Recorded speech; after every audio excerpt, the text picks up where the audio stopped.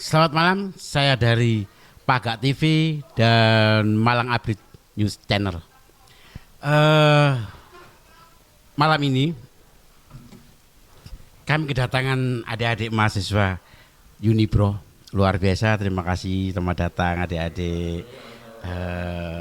Luar biasa dalam rangka melihat kondisi negara ya. Belajar mulai dari mahasiswa ini sudah ada berproses untuk ke depan lebih baik. Tapi sebelumnya mohon dikenalkan dulu sehingga nanti teman-teman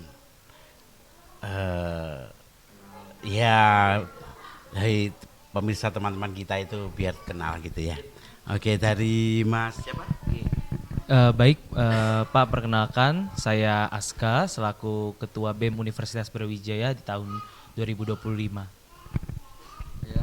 Semuanya perkenalkan, nama saya Faik selaku Menteri Koordinator di bidang pengembangannya BEM Universitas Brawijaya. Jadi saya juga selaku BPI-nya di BEM, pengurus intinya juga bareng dengan Mas Aska selaku Presiden Mahasiswa gitu.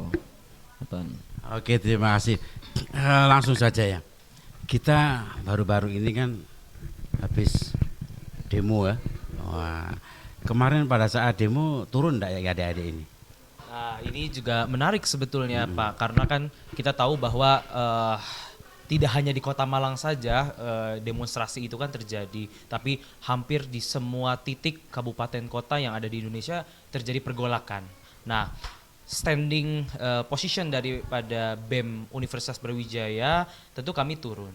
Tetapi dalam hal ini kami, kalau saya tidak salah, itu di tanggal 29 atau tanggal 30 Agustus, kami bersepakat untuk kemudian turun aksi damai dilakukan di alun-alun Kota Malang. Dan di situ juga kumpul juga rekan-rekan teman-teman ojek online, tidak hanya Gojek saja, pun teman-teman dari Grab dan lintas masyarakat itu kemudian juga turut andil di dalam menyuarakan melalui aksi damai tersebut. Jadi kurang lebih seperti itu Pak. Jadi kita tetap membersamai tentu dengan koridor sesuai dengan koridor demokrasi tentunya, menyampaikan aspirasi dengan tentunya dengan apa tujuan yang jelas dan tepat sasaran. Seperti itu Pak.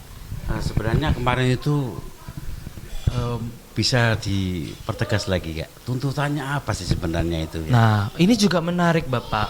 Rally-nya sangat cepat. Permasalahan ini kan sebetulnya kalau kita kemudian ingat, permasalahannya itu kan berawal dari bubarkan DPR. Tetapi akhirnya kemudian permasalahan atau isunya kemudian bergeser. Karena sehari atau 2 hari kemudian itu kan permasalahan yang terjadi adalah adanya salah satu teman-teman ojol atas nama almarhum Afan itu kemudian dilindas oleh aparat kepolisian saat itu kan.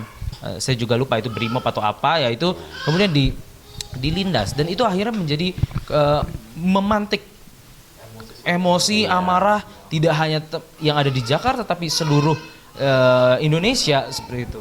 Nah, ini yang kemudian sebetulnya menariknya adalah apakah ada konsolidasi? Saya juga tidak bisa memastikan di lain tempat ada konsolidasi atau tidak, tetapi kalau dilihat dari keadaan kayaknya tidak ada langsung saja sepertinya ya, sepertinya itu. Nah, kami kalau di Universitas Brawijaya kami tentu ada konsolidasi, tidak hanya BEM-nya saja tapi seluruh elemen yang ada di Brawijaya kemudian kita libatkan. Itu kalau kami standing di UB sebagai insan akademis juga kemudian kita juga harus kemudian melakukan konsolidasi terlebih dahulu gitu. Tapi kalau di luar UB kami ya jujur kami juga kurang tahu menau ya terkait hal tersebut. Jadi kurang lebih seperti itu Pak. Nah, untuk Mas siapa? Faiz. Ya. Faiz, gimana cara pandang sampean dengan saudara ojol kita yang meninggal dilindas oleh Brimob itu? Gimana? Ya, prihatin nggak seperti apa? Ya, kalau misal membahas terkait keprihatinan ya kita sebagai unsur, kita sebagai mahasiswa pun juga tidak terpatok sebagai mahasiswa saja, tapi kita juga memiliki unsur sebagai seorang masyarakat juga yang tentunya rasa prihatin tentunya ada ketika akhirnya rekan-rekan kita sesama masyarakat itu dilindas. Dan sebenarnya kan kita tarik dari akar permasalahan pun juga almarhum Afan itu juga kalau tidak salah setahu saya memang tidak dalam kondisi untuk ikut demo, melainkan sedang mengantarkan makanan, sedang bekerja, dalam kondisi sedang bekerja. Namun pada akhirnya kan dia menjadi mungkin salah satu orang yang mungkin salah tangkap atau bagaimana salah sasaran, sehingga dari Brimob atau kalau nggak salah Brimob itu menggunakan kendaraan baja yang besar itu untuk melindas, sehingga itu kan memantik sulut amarah bagi seluruh masyarakat se-Indonesia. Dan itu ada rasa prihatin yang tentunya pasti dirasakan oleh seluruh masyarakat, baik itu ojol, baik itu masyarakat sipil, baik itu dari golongan intelektual, insan akademis dan sebagainya. Itu pasti akan merasakan prihatin seperti itu, Pak. Nah sekarang kan ini lagi bergulir ya, tuntutan masyarakat harus ada reformasi kepolisian, istilahnya begitu. Menurut saya seperti apa yang dimaksud dengan reformasi kepolisian ini? Apakah Kapolri-nya diganti dulu atau selanjutnya seperti apa? Ini baru kali ini ya, Kapolri sampai 5 tahun ya. Biasanya kan 4 tahun ya. Nah, ini 5 tahun. Itu paling lama. Paling lama. Mungkin barangkali saking seneng ya. Oke, menurut sampean seperti apa harapan teman-teman Unibro ini ya dengan terkait dengan reformasi kepolisian itu apa yang dimaksud? Menurut sampean seperti apa harapan teman-teman mahasiswa? Oke, membahas terkait reformasi ya Pak ya. Jadi kita sebagai seorang insan akademis, kita juga harus bisa memahami konteks daripada reformasi dan juga revolusi, mungkin seperti itu ya. Itu yang harus kita garis bawahi terlebih dahulu. Mungkin kalau bisa kita memahami terlebih dahulu ya terkait untuk reformasi. Reformasi itu sebenarnya kan hanya sekedar merubah sistem saja. Tapi kalau semisal orang-orangnya masih sama, ya itu percuma juga gitu. Pada akhirnya kalau di dalam sebuah papan catur mungkin ada sebuah bentuk melukir antara raja ditaruh di tempat ini, ratu ditaruh di tempat ini, mungkin seperti itu gitu loh. Kalau semisal kita mendefinisikannya lain, mungkin revolusi polisi, revolusi kepolisian. Revolusi kepolisian, mungkin itu akan memiliki impact yang sangat berbeda gitu loh, Pak. Jadi perubahan secara total, seakar-akarnya. Kalau semisal pengen menyelesaikan sebuah permasalahan di dalam suatu instansi, ya menurut saya kurang elok ketika akhirnya kita melakukan perubahan reformasi saja. Reformasi hanya berubah secara sistem saja. Mantap. Ya. Misal seperti Kapolri hanya diganti, tapi orang-orang bawah masih sama ya. Kok baru jadi menteri. Terus tiba-tiba jadi menteri, ya sama saja gitu loh. Yang paling benar kan memang menurut saya itu memang kita harus mempertegas bahwasanya negara atau mungkin presiden itu harus bisa jelas terkait melihat untuk secara utuh ya. Melihat secara utuh, harus jelas dulu mau melakukan reformasi kah atau mau melakukan revolusi gitu loh. Kalau semisal revolusi ya artinya presiden harus berani untuk melakukan revolusi kepolisian ya. Atau merubah secara total. Dari atas sampai ke bawah, tidak jangan hanya melakukan jenderal-jenderal baru lah. Iya, betul. Jadi jangan sampai hanya sekedar copot ini dipindah ke sini, ini dipindah ke sini, ya percuma saja. Kalau orang-orangnya masih sama tapi sistemnya berubah ya tetap saja. Pada akhirnya ya akan terulang kembali peristiwa-peristiwa yang sudah terjadi belakangan ini seperti itu. Karena orangnya sama membuat gitu. Sistem baru. Membuat sistem baru pada akhirnya tetap sama, orangnya juga sama tapi sistemnya saja yang berbeda gitu. Aplikasinya sama seperti itu. Tidak ada impact sama sekali. Iya, kalau itu. Menurut Mas ini Askan itu apa tanggapan sampean dengan pemikiran Mas Faiz dengan revolusi kepolisian ini? Iya, tentu memang kalau kita ngomongin reformasi atau revolusi kan itu kan dua hal yang berbeda juga sebetulnya. Revolusi itu kan perubahan yang secara mendasar, langsung, mendasar dan cepat. Itu kan revolusi taktis seperti itu. Tapi kalau kita kemudian merujuk ke masalah kan ada juga narasi yang maksudnya yang berkembang saat ini kan reformasi kepolisian. Reformasi terlalu kompromis ya. Terlalu kompromis. Iya. Tidak salah sebetulnya gitu. Tidak salah sebetulnya. Tapi kita kipinnya perubahan total. Betul, total. Untuk memperbaiki suatu negara yang lebih baik. Hingga ke akar-akarnya kan seperti itu. Iya. Sebetulnya kalau kita ngomongin revolusi kepolisian atau reformasi kepolisian, sebetulnya itu kan adalah hasil kita pernah melakukan tuntutan itu ketika di tahun 98 melakukan reformasi kepolisian, lepaskan dari ABRI, makanya kemudian terbentuklah TNI dan kepolisian kemudian berdiri secara otonom sendiri seperti itu. Tapi lagi-lagi sekarang kita menggembor-gemborkan bahwa ayo kita lakukan revolusi kepolisian kembali. Berarti kan ada kesalahan setelah kita kurang lebih 25 tahun reformasi. Kurang jeli apa memang mentalnya ini ya? Nah, ini dua hal yang berbeda.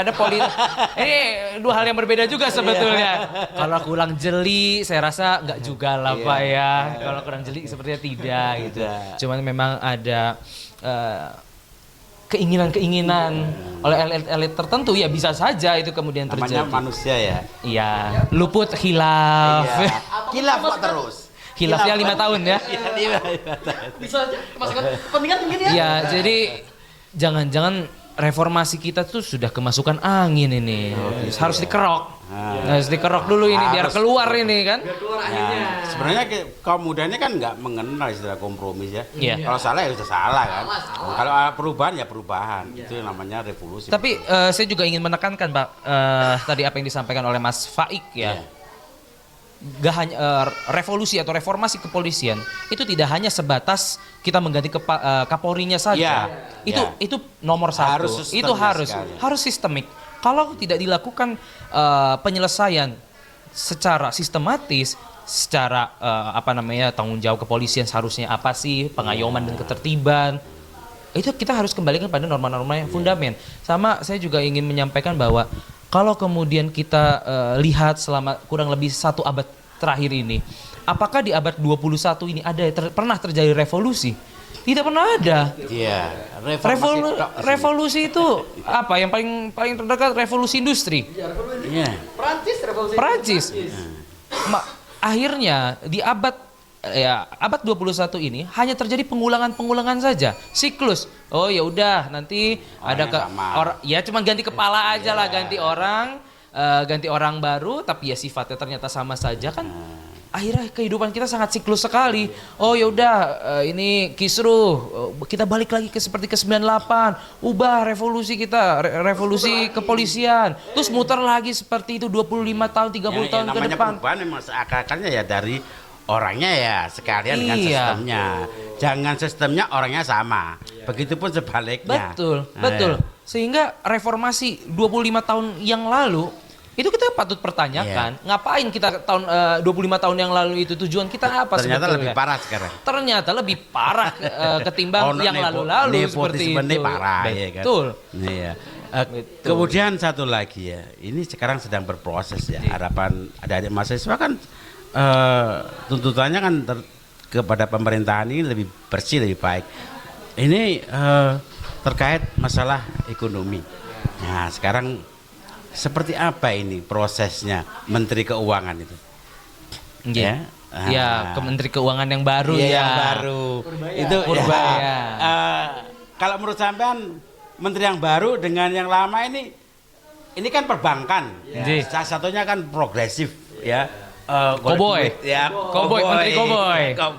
Menteri Koboy golek duit.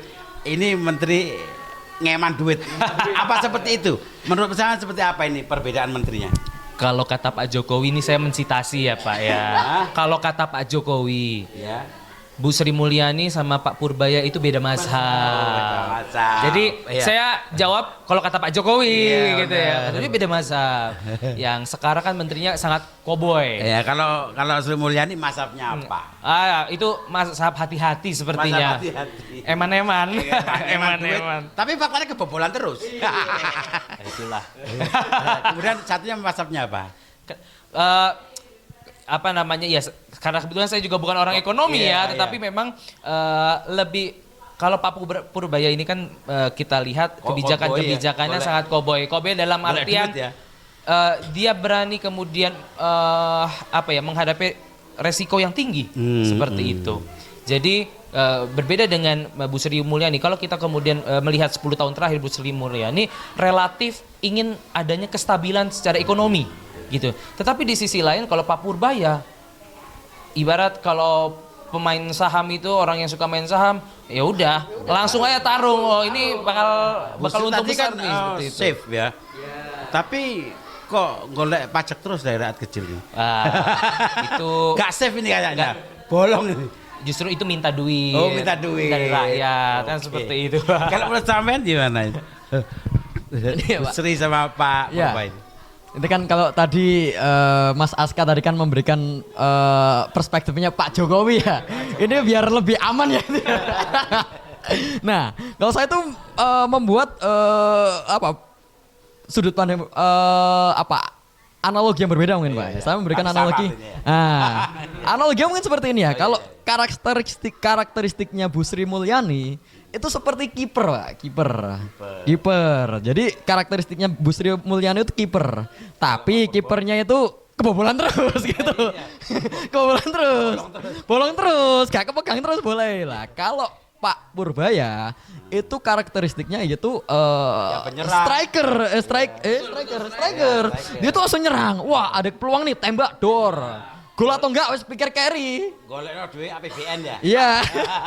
Sehingga apa ya itu tadi ketika mungkin kalau Bu Sri Mulyani itu lebih ke karakteristiknya itu ngeman duit dalam artian uang itu dipendam di dalam Bank Indonesia ditimbun sehingga apa itu untuk menjaga stabilitas perekonomian. Stabilitas perekonomian itu hanya sifatnya ya udah safe, stabil gitu toh. Tidak ada naiknya gitu. Pada akhirnya kan seperti itu kalau semisal menjaga dari segi stabilitas Karena perekonomiannya. sifat kiper ya. Karena sifatnya kiper. Nah, kalau Pak Purbaya ya dia memberikan kebijakan yang Ingin memasukkan terus ya. Yang memasukkan baru. anggaran terus ya. Iya, dia memperkaya ya. iya, negara dia kan akhirnya mengambil uang 200 triliun. ya. Dia ambil oleh dia 200 triliun yang dialokasikan ke BUMN di bank-bank BUMN gitu kan. Sehingga bank BUMN ini harus melakukan penyerapan daripada uang 200 triliun itu tadi ya. Mau nggak mau siap nggak siap ya harus dijalani seperti itu Ini kan. ada keseimbangan ya. Iya. Barangkali ya, ini barangkali menurut saya seperti apa? Apakah dengan kebijakan pergantian Menteri Keuangan ini kemudian ada enggak korelasinya Pak Erick Thohir di reposisi ya? Ya. Karena BUMN kan bodoh duit re. Iya loh. Striker gak didukung karo apa ini winger ya. Iya. Ora iso ta golek duit. Nggih. Betul. Seperti apa kalau menurut Anda? Ini kalau misal saya memberikan sudut pandang sebagai orang yang pengamat politik mungkin Ya. ya Pak, mungkin ya. Kita pengamat Ya politik. saya sebagai mahasiswa kan masih bebas di dalam berpikir ya. Bebas, Bebas di dalam beropini gitu kan Dilindungi Pak. kita, Nih. ya. Mungkin seperti itu saya dilindungi dong harusnya Ya. kan. Untuk melakukan setiap statement yang saya lakukan ya itu saya dilindungi. Tidak anarkis gitu. Iya, tidak anarkis. Ini kan hanya sekedar melempar opini saja Iya, gitu benar. kan. Ya kan pada akhirnya kan memang kita bisa menganalogikan ada geng 1 dan geng 2 gitu ya Pak ya. Seperti itu kan ya Mas Aska ya. Nah kebetulan Pak Erick Thohir ada di kelompok geng 1 gitu loh. Geng 1 geng Solo apa Mas? Waduh. Ya, ya kita geng Solo kan banyak kan Pak ya. Iya, Ada geng banyak, Solo. nggak Erick saja, nggak Iya, ada geng Kertanegara juga Iya, ada kan ada. Pak ya. Ada geng Solo dan geng Kertanegara. Nah, kita Geng geng Malang kita. Kita geng Malang gitu kan Pak gitu. Kita geng Plat N kita. Nah, ada geng Solo dan geng Kertanegara gitu kan. Ini kalau sudut pandang dari seorang mahasiswa dan melihat dari stabilitas politik juga lah. Iya. Ya jadi ya pada akhirnya memang ada korelasinya antara perpindahan transisi dari BUMN ke Menpora itu memang ada karena pada prinsipnya kan BUMN itu adalah ladang berbisnis bagi setiap orang. Mungkin saya bisa Negara ini. berbisnis negara itu ada di BUMN negara. untuk memperkaya negara yang pada akhirnya apa bisa Untuk saja kesejahteraan rakyat. rakyat dan bisa saja akan ada aliran dana yang masuk ke tempat lain selain ke negara gitu loh Pak. Yang memang yang dikhawatirkan mungkin seperti itu ya, mungkin dari saya selaku perspektif mahasiswa yang sangat suka dan masih menganalisis lah perpolitikan yang ada di Indonesia. Jadi ya memang pada akhirnya kan adanya perpindahan Erick Thohir ini mungkin ya saya mungkin menganggapnya mungkin Erick Thohir akan yang dikhawatirkan mungkin akan ada perbedaan mazhab tadi loh. Perbedaan pandangan sehingga Erick Thohir dipindahkan ke Menpora dan BUMN udah ditentukan belum menterinya BUMN atau masih belum muncul? Nah, masih belum kan Ge? Barangkali Ya. sampean gitu. Nah, kan bisa saja kan kayak Oke gitu kan, kan. Mas Aska. Mas Gan, ini masih terkait dengan Pak Erick yang sekarang Menteri di Menpora ya. Menpora. Nah, bukankah negara itu dalam pasal 33 itu yang namanya negara yaitu bagaimana mengelola, menggali dan seluruh kekayaan alam yang terkandung di dalamnya dikelola oleh negara dan hasilnya Untuk rakyat. sebesar-besarnya untuk kemakmuran rakyatnya. Barangkali apa itu Pak Erik nggak bisa memenuhi harapan Pak Presiden ya, nah, sehingga ganti kolak Peter bal-balan barangkali begitu itu ya. Nah, apa emang seperti itu? Iya Pak. Tadi udah banyak guyonannya dari Mas Faik nih ya. Jadi kita coba sedikit serius nih ya. Kenapa sih Pak Erick Thohir kemudian dipindah menjadi Menpora gitu dari Menteri BUMN seperti itu? Lagi-lagi kalau kata Pak Jokowi itu kan hak prerogatif presiden. Itu sakarepe presiden ngono toh. Nah, tapi di luar itu kita juga tahu kan track record Pak Erick Thohir. Kita tahu beliau ownernya siapa? Inter Milan dan punya saham di Chelsea ya kalau nggak salah ya Pak. Jadi sebetulnya apa Pak? Ada korelasinya Pak. United ya. Iya. Ya. Nah terus kalau nggak salah ya. PSSI juga seperti itu. Jadi sebetulnya secara kalau kita ngomongin latar belakang sangat menunjang sebetulnya gitu. Tapi kenapa kemudian BUMN yang ditinggalkan gitu? Padahal dia juga kompeten loh ya, dia Oh iya, pengusaha, betul. Pak. Pembisnis juga gitu. Tapi kita tahu Pak kan sudah ada Danantara, Pak. Oh iya, jadi mohon bersabar. Mohon bersabar. Gantian yang lain. Begitu Sekarang dengan digelontorkannya uang 200 triliun dari Bank Indonesia atas ACC dari Pak Presiden, begitu juga Menteri Keuangan. Ini kan bagaimana caranya ke depan dengan digelontorkan yang 200 triliun kepada bank-bank himbara yang bank-bank BUMN, bagaimana kemudian nantinya bank BUMN ini bisa kemudian memberikan penyaluran kredit kepada rakyat. Ya tentu kita juga harus memilih ya rakyat yang seperti apa gitu kan. Tentu harusnya agar tepat sasaran adalah ya UMKM itu sendiri, atau kalau Bapak pernah dengar ada namanya KUR, kredit usaha rakyat, tapi kan itu juga gambling Pak sebetulnya. Apakah kemudian para debitur itu kemudian bisa mengembalikan uang? Rata-rata kan macet, kredit macet seperti itu. Jadi memang tadi tarikan dari Kementerian Keuangan, Pak Purbaya, terus sekarang Pak Erick Thohir gitu. Sebenarnya ini korelasinya sangat panjang sebetulnya. Gitu. Korelasinya sangat panjang dan saling berkaitan satu sama lain sebetulnya. Tapi perlu diingat ya, the right man in the right place itu kan harapan kita. Iya. Ya. Ada yang the right man in the wrong place. Ya. Iya. Nah, seperti ini. Bukan Pak Erick Thohir adalah pengusaha, kemudian sekarang di Menpora, kemudian di PSSI. Loh, ini rangkap jabatan yang salah satu lini tidak boleh toh. Komplit Pak Erick. Ya ini gimana ya? Kalau atasan ya, ini plat N yang ngomong ya, dhuwurane ngajari nggak bener, ngajak, otomatis ngisorane semrawut. Kecuali dia menteri yang lain ya, kementerian yang lain, kemudian di PSSI. Karena kita berharap PSSI ini mana dunia yang nggak kenal Pak Erick kan? Betul. Nah, sehingga harapan kita yang namanya bola Indonesia ya harus menjadi seperti harapan kita bisa top Piala lah, Dunia, Piala top Dunia. lah, ya kan? Jadi- Faktanya ya banyak pemain-pemain diaspora yang masuk di sini ya. Nah, ini tanpa jadi payah Pak Erick kan nggak bisa. Nah, karena dia orangnya banyak dikenal oleh dunia. Betul. Nah, seperti ini menurut sampean itu pas enggak ini? Menpora kemudian apa jenenge? Nah, ketua PSSI. Lah laporannya gimana? Digawe-gawe dhewe, dibahas dhewe, masa begitu? Emang nggak keluar PSSI ya? Nggak keluar ya? Nggak keluar ya Pak? Ya, gimana menurut sampean? Wah ini sebetulnya akhirnya banyak konflik of interest Pak sebetulnya. Tapi kan nggak bener itu sebenarnya, dipaksa-paksa. Nanti sampean rangkap niru-niru yang dhuwur-dhuwuran nih, Kak. itu kita coba ngambil sisi seharusnya. Kalau memang punya kesadaran yang tinggi, seharusnya Pak Erick Thohir keluar langsung lah dari PSSI. Emang ya kalau menurut saya Pak Prabowo kan harus jeli ya melihat ini ya. Betul. The right man in the right place. Ini kan the right man in the wrong place. Bener nggak? Loh, Betul. kalau silakan taruh menteri lain, tetapi PSSI-nya ditinggal. Iya. Ini Pak Erick sudah menyatakan mau mundur dari PSSI loh. Hancur kita harapan kita. Benar tidak? Betul. Ah, seperti apa kalau Iya, menurut sampean? tentu ya kalau kita Ya, kemudian Pak Presiden melihat- udah dengar ini ya. Iya, kita juga perlu melihat dari sisi lebih politis kembali. Iya. Tadi kan sebenarnya Mas Faik juga nyampaikan Pak Erik ini geng 1 apa geng 2 gitu kan.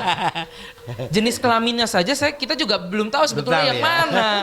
Kalau jenis kelaminnya kita nggak tahu, nah itu juga sulit kemudian untuk membaca. Wah, tarikannya kemana? Itu juga sulit, Pak. Saya juga tidak bisa menjawab lebih jauh daripada itu sebenarnya. Sama kita juga nggak paham dengan situasi Ya apa sih yang sebetulnya terjadi yang kan mereka juga- yang pikirkan ya. Nggih, nggih. Kira-kira menurut prediksi sampean, kira-kira ini Pak Erik mundur enggak dari PSSI? Kalau saya mundur seperti apa ke depan PSSI ini? Ya Pak, kalau semisal membahas terkait mundur atau tidaknya itu kan kembali lagi ke tataran politiknya atau mungkin lobbying politiknya mungkin seperti itu ya Pak ya. Karena akan ada plus minusnya nanti ya. Ya kalau semisal Pak Erik ini menyatakan mundur dari PSSI ya otomatis ya pada akhirnya kita goodbye terhadap sepak bola kita gitu loh. Kita mengucapkan selamat tinggal kepada sepak bola kita karena pada akhirnya apa ya dunia mengenal Pak Erik sebagai sosok orang yang meningkatkan level sepak bola di Indonesia gitu loh. Dan kalau semisal Pak Erik ini tidak mundur, ya pada akhirnya akan ada perspektif lain atau opini-opini lain bahwasanya wah Pak Erik ini ternyata kemaruk jabatan, mungkin bahasa kasarnya mungkin seperti itu ya Pak ya.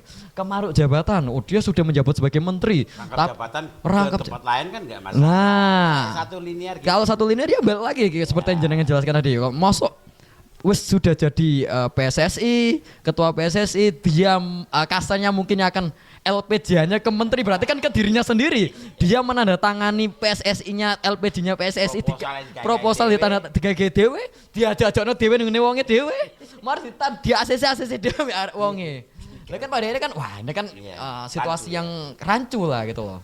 Harusnya kan kalau semisal memiliki kesadaran diri yang penuh ya mungkin memiliki jiwa nasionalis yang tinggi ya harusnya dia merasa bahwasanya wah ini sudah tidak benar ini secara etika politik pun sudah tidak benar bahwasanya dia rangkap jabatan itu sudah tidak benar gitu loh. Tapi kan balik lagi Kita tergantung. yakin rakyat Indonesia kepinginnya PSSI yang dilepas. Iya Iya. gitu. Pada prinsipnya kan nanti seperti Kayaknya itu. seperti itu, bukan Iya, begitu. Oke, saya rasa sampai sini aja. Nanti kita sambung lagi. Baiklah, tadi sudah disampaikan beberapa yang cukup krusial ya. Adik-adik ini luar biasa dari Unipro bahwa kondisi saat ini saya rasa baik-baik saja ya. Baik-baik saja. Kondisi kita baik-baik saja. Baik-baik saja. Kita baik-baik saja. Kondisi kita baik-baik saja. Dan juga semoga yang di sana juga baik-baik saja ya. Insya Allah baik-baik saja. Umat kita nggak tahu. Ya gitulah. Selamat malam dari Pagak TV dan Malang Update News 99 mengucapkan mohon maaf lahir batin. Wassalamualaikum warahmatullahi wabarakatuh. Sampai ketemu lagi.